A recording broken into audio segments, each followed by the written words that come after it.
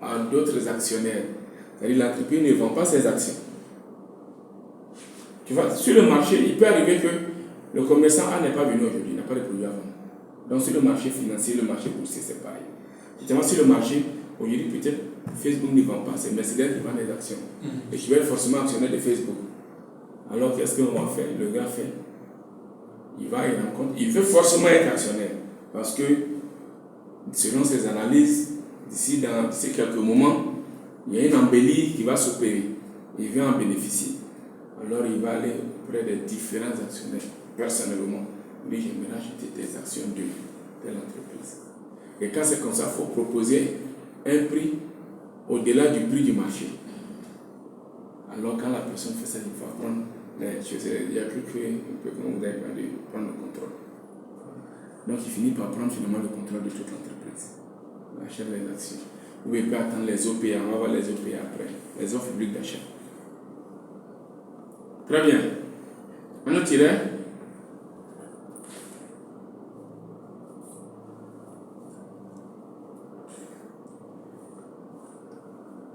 Il n'aime pas se faire dire quoi faire et comment le faire. Généralement, les associés, c'est comme ça. En tant que médecin, je crois que vous connaissez certains médecins qui ont des cabinets, qui ont créé des cabinets ensemble. Vous avez des collègues qui ont créé des cabinets ensemble. Voilà. Donc, quand c'est comme ça, là, entre eux, le débat est très, très, très acharné. Très difficile. Quelqu'un ne veut pas laisser l'autre, c'est-à-dire il ne veut pas se faire laisser faire les choses. Il ne veut pas qu'on lui dicte certaines choses. Souvent, c'est compliqué. C'est la même chose pour les avocats aussi, les cabinets d'avocats.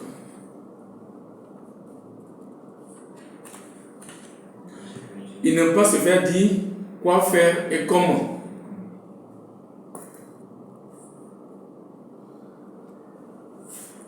Un autre tiret.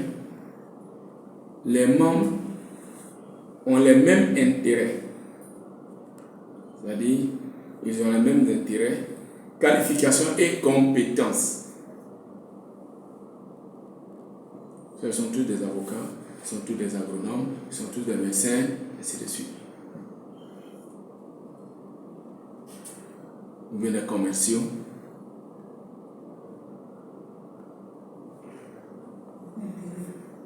Voilà. Supposons, Madame Kakou, vous décidez de créer votre entreprise. Vous voulez créer une entreprise, il s'avère que vous connaissez d'autres chefs d'équipe dans d'autres entreprises, vous décidez de créer votre entreprise. Vous avez tous des équipes de commerciaux. Vous avez les mêmes compétences. Alors vous aurez presque les mêmes intérêts. Et cette société que vous allez créer là, vous allez la créer surtout en connaissant très bien les autres personnes, leurs personnalités. Voilà. Donc si quelqu'un d'autre veut entrer qui n'a pas ses qualités, ses compétences, vous ne voulez pas. Ou encore c'est des personnes à qui vous ne faites pas confiance. Supposons que quelqu'un dit qu'il est prêt à payer les 10 millions pour entrer à la place de telle personne. Et que c'est quelqu'un, excusez-moi le terme que je vais employer, c'est Makoso. Patron de la marmaille, non, on ne peut pas. Or, Makoso peut aller sur le marché boursier acheter des actions de Facebook. Il n'y a pas de problème. Donc, société des capitaux.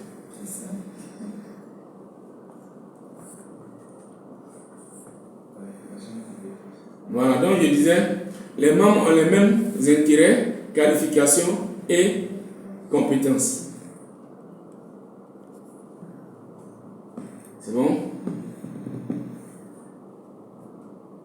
On a tiré.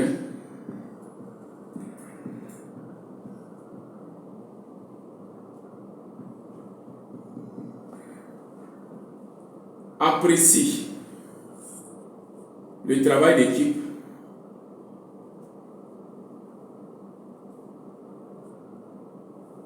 Apprécie le travail d'équipe. Et se fonde sur le support mutuel. On doit se soutenir, on doit se supporter, on doit se soutenir, on doit surtout être un peu au secours de tout un chacun dans l'entreprise. Or, pour ça, il faut que vous vous connaissez très bien.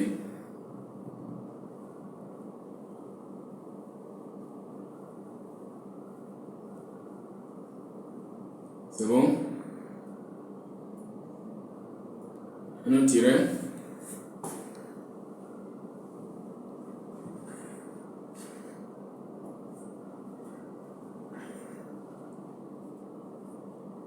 Utilisé par les professionnels. Souvent, c'est des professionnels dans un domaine qui ont ce genre de leadership. Utilisé par les professionnels. Donc, comme je le disais, les agronomes, Nguessa avait dit, donner un exemple tout à l'heure, c'était voilà. Les écoles, les professeurs. Les enseignants, ça peut être professeurs d'université ou encore, ou ça peut être des médecins. Voilà.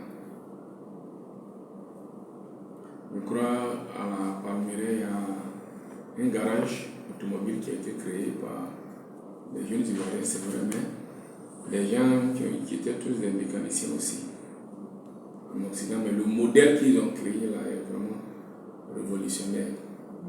Ils sont tous presque au même pied d'égalité dans cette société. C'est des professionnels. Ils sont associés. Voilà. Chacun était dans le choix de garage. Mais ils ont créé une structure qui est vraiment pas mal, très intéressante. Et quand c'est comme ça, les prises de décision sont vraiment collégiales. Chacun est spécialisé dans son domaine. Presque tous dans le même domaine, en fait, mais chacun a des spécialités. Donc quand c'est comme ça, c'est pas facile de désarçonner l'un ou l'autre.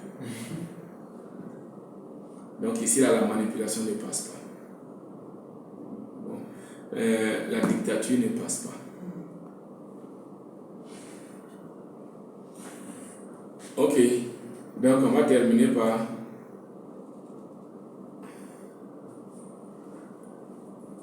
le style laisser aller.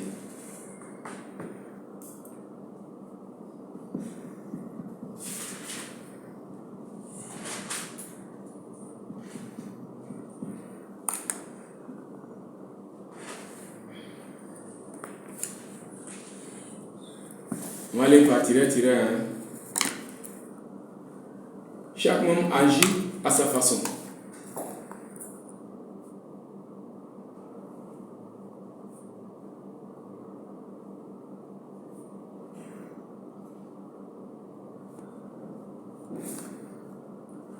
C'est bon?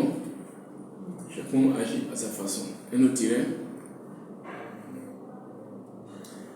N'a aucune influence sur le comportement des subordonnés.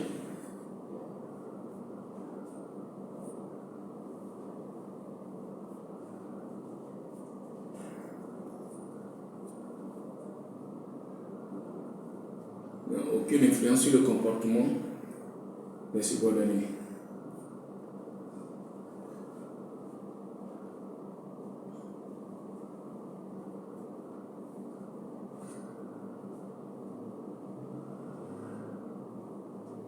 Et ce genre de personnes, ça, généralement, qu'est-ce qu'ils ne veulent pas avoir des problèmes avec les gens. Voilà. Un autre tiret, évite les conflits et les problèmes.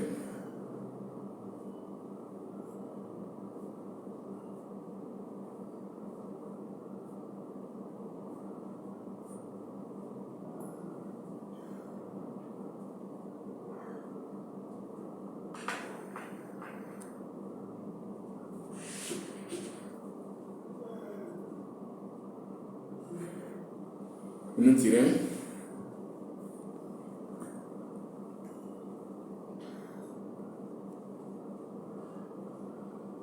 Ne prends jamais de décision et blâme les autres. Parmi nos patrons, on a des patrons comme ça. Ils blâment les autres.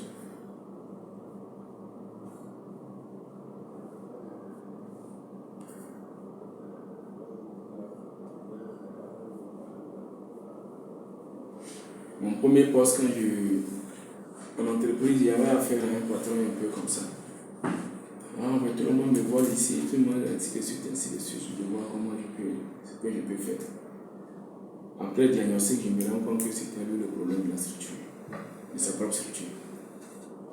Il y a des gens qui sont dangereux pour leur propre organisation.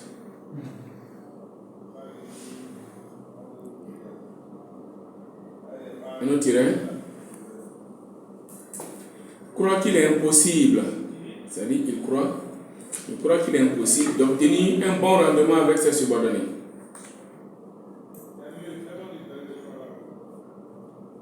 Croit qu'il est impossible d'obtenir un bon rendement avec ses subordonnés.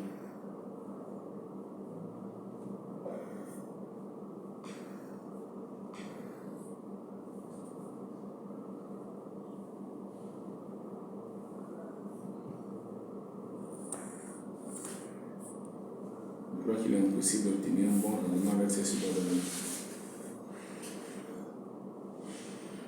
Le dernier tiret manifeste peu d'intérêt à sa tâche et à ses subordonnés.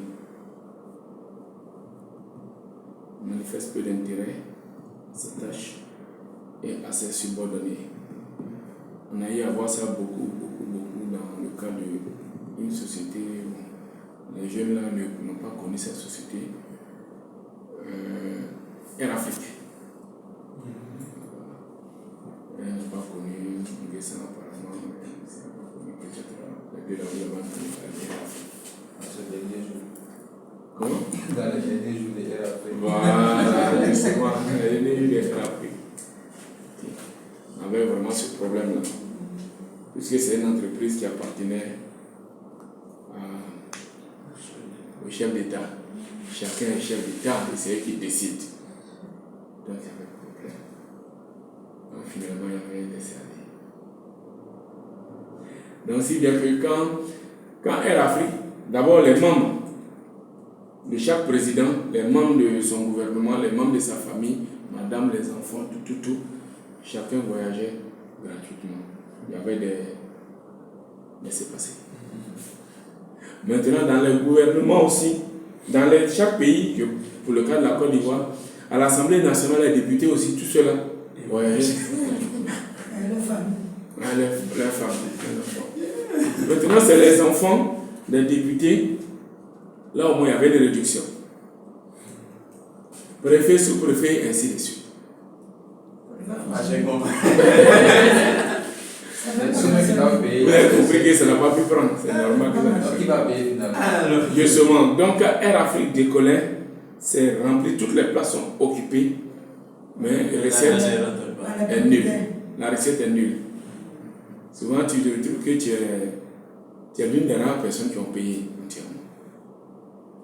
Et maintenant, il y a d'autres, je me rappelle, j'avais un tonton qui, quand j'étais encore au collège, qui devait envoyer une de ses filles aux États-Unis pour je ne sais pas quoi. Donc, il négocie avec un député pour voir comment on peut, voilà, pour avoir aussi. Donc, il y avait ces cas, des tarifs réduits. Ainsi de suite, ainsi de suite. En fait, c'est les agents du contribuable qui faisaient fonctionner Air Afrique, on veut voir, finalement. Oui. Il n'y avait pas de recette. Oui. C'est puisque c'est les chefs d'État qui ont créé. Bon, eux étant créés, étant les propriétaires, chacun est leader de la structure. Quel chef d'État va commander à un autre chef d'État? À toi, les membres de ton. Chez toi là-bas, là, même les sous-préfets, les préfets, les enfants, les femmes, les amis, les députés là, vont. Il y aura Mais c'est parce qu'on n'a pas À la limite, on peut leur envoyer une réduction à un certain taux. Comment? Il est à la limite, on peut. Oui, il y a des taux. Mais malgré ça, ça ne pouvait pas prendre. Imagine si c'est un voyage qu'il y a Burkina, il y a le Cameroun, il y a tous les parents, toutes les éditions. Ça ne peut pas couvrir. Le siège était à Abidjan ici, où se trouve la LGBCI, actuellement, le siège de la LGBCI. Et donc, la plupart des employés venaient de divers pays. Le siège était à côté. Nous étions à côté. Ah, vous étiez à côté? Non, ils étaient à côté. Air Afrique était à côté. C'est moi mon patron là, général. Donc Air Afrique était à côté, je pense. Je donne le nom. C'était dans le même immeuble. Ah, d'accord. Et puis après, la générale a pris. Quand ils sont partis, Ok. la générale a pris tout. Ok. Donc je disais, on a donné le dernier tirage. Très bien. Je crois qu'il est l'heure. J'avais parlé de commerciaux, vendeurs. On va passer pour la prochaine fois ou bien Ok, on va réfléchir à ça pour la prochaine fois. Commerçant, commercial. Et puis, non, pardon. Commercial, vendeur, Ah, et puis commerçant. ok. Ok. Donc, quand il va parachever le montage du truc, il va aller balancer, il va vous envoyer ça. Ça fait c'est eux qui vous parlent. Commercial, commerçant, vendeur.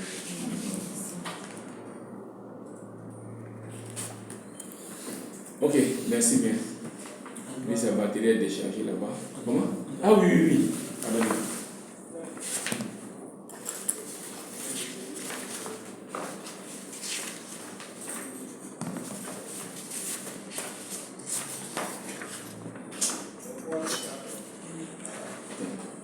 ils ont dit que le 18h, on a donné 18h. Ah, ok. S'il y a d'autres, on continue à rentrer.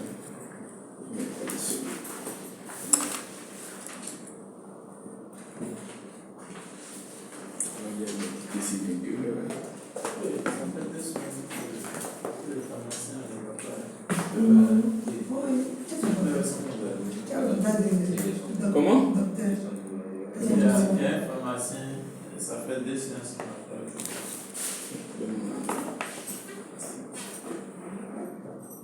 Ça, c'est Idoua, c'est pas Idoua.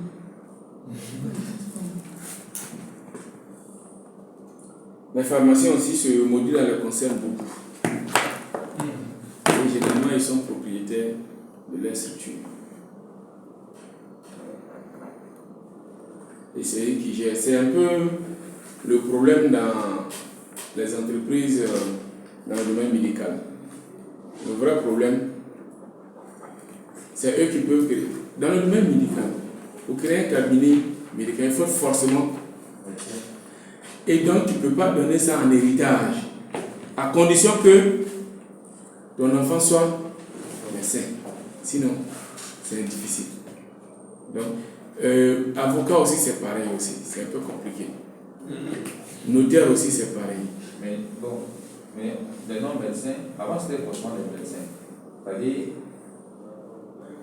avant il fallait absolument être médecin pour créer un centre, une structure de santé, de soins. Mais ça évolue avec le temps.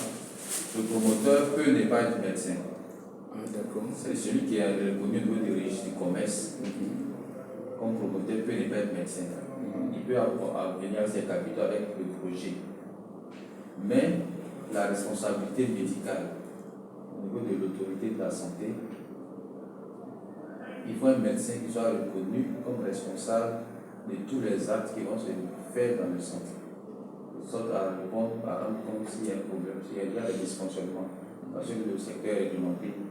Il y a Oui, le domaine est très sérieux, le domaine médical, parce que c'est un domaine à problème, en fait, je veux dire. Quand il y a un problème en matière de choses, même quand vous allez à l'extérieur, vous, en tant que docteur, vous allez à l'extérieur, aux États-Unis, en France, ils ne vont pas vous laisser toucher la maladie. Oui, chaque territoire réglemente l'exercice médical. Même en Côte d'Ivoire, pour exercer, il faut être inscrit à l'ordre des médecins, mais c'est le ministère qui est tutelle de l'acte valide. Bon, en général, les diplômes ouest-africains sont acceptés, les diplômes européens aussi. Mais quand tu vas en France, tu vas aux États-Unis, quand tu vas être mis à jour. Mais bien avant ça, on t'accepte en tant qu'infirmier d'abord. Avant de Oui, tu peux faire. On appelle ça. On va voir un peu ça, on appelle ça les secteurs stratégiques. On va voir les secteurs stratégiques. Les secteurs stratégiques. Et puis, généralement, on laisse pas ça au même de l'étranger. Bon, ça peut être une règle aussi. Peut-être qu'ils acceptent uniquement les diplômes de l'Union européenne. Voilà, ils acceptent uniquement les diplômes de l'Union européenne. Là, si tu viens ton diplôme de médecin, on peut te permettre d'entraîner une école d'infirmier. Ou alors d'exercer la profession infirmière avec une courte formation. Mais pour être médecin, en tout cas, ils vont faire une équivalence et puis te ramener à un certain niveau d'études. Voilà. Avant de remonter. Si tu vas ton doctorat, on te ramène peut-être en 6e année. Tu vas faire 1 ou 2 années encore le doctorat là-bas avant d'intégrer le système. Donc c'est pareil. C'est les domaines stratégiques, donc c'est comme ça. On va les... Mais pour la prochaine fois, vous cherchez les secteurs d'activité stratégique. Ok. La prochaine fois. Concernant un État ou quoi que ce soit. Et pourquoi on appelle ça secteur d'activité stratégique?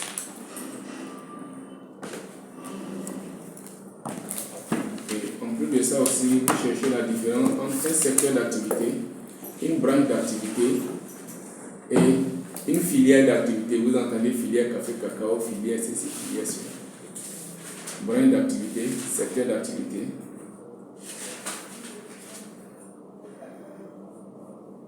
Branche d'activité, secteur d'activité et filière d'activité.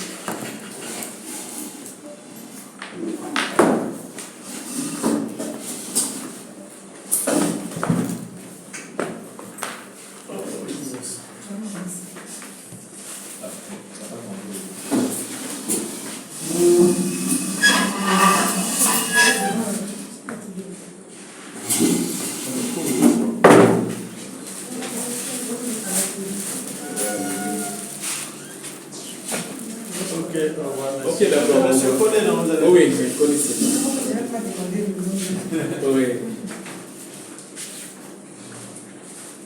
Oui, allumez ça, ça allume. Non, je vais parler de... Ah non.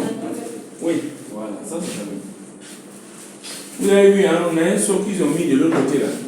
C'est là où le lot aussi ne vient pas comme il faut.